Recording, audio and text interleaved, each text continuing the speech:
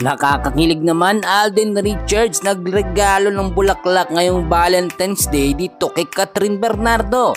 Well, tignan natin yung ilang mga updates mga kaibigan. Ngayong Valentine's Day mga kaibigan, alam naman natin nabigay ng mga gift at mga bulaklak sa kanilang mga loved ones, kasintahan, girlfriend at boyfriend. Eto pong Kat din, alam naman natin mga kaibigan, hindi po sila magpapahuli.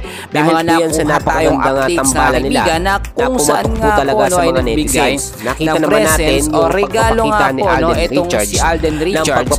Ito nga po sa kanyang kalab team, sabihin natin kasintahan niya, hindi na ginaamin mga kaibigan sa social media na si Catherine Bernardo. Marami ang natuwa sa update na to at syempre unang katutuwa dyan, ito nga po si Catherine Bernardo. Alam niyo mga kaibigan, si Catherine Bernardo bigyan lamang yan ng simpleng regalo kapag may okasyon, lalo na kapag araw ng mga puso, Hearts Day mga kaibigan, at nanggaling pa sa special na tao dito kay Alden Richards ay sobra niya po ma-appreciate yan. Well, maraming hindi naniniwala, sinasabi ng mga pictures na daw yan.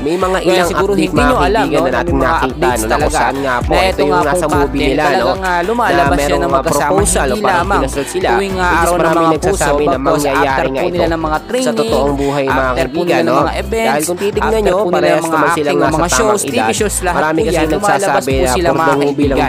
Nakita naman natin si Alden Richards ayaw na pong pakawalan. Ito nga po si Catherine Bernardo, dahil alam nyo napaka-busy talaga ni Tisoy si Alden sa mga babae, pero once na nakakita siya ng babae para sa kanya, never niya na ito pakakawalan. So tignan natin mga kaibigan kung ano ba yung magiging reaction dito ng mga fans.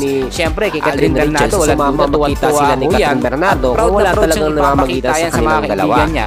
Yung regalo nga po nitong si Alden, simpleng bulaklak lamang, hindi po tayo magdedepende mahal o magkano ang presyo nito, basta ang mahalaga naalala niya etong kanyang kalab team na si Catherine Bernardo. May update pa tayo mamaya mga kaibigan. So dyan lang kayo, and please huwag kakalimutan mag-like and subscribe sa ating channel. Maraming salamat po.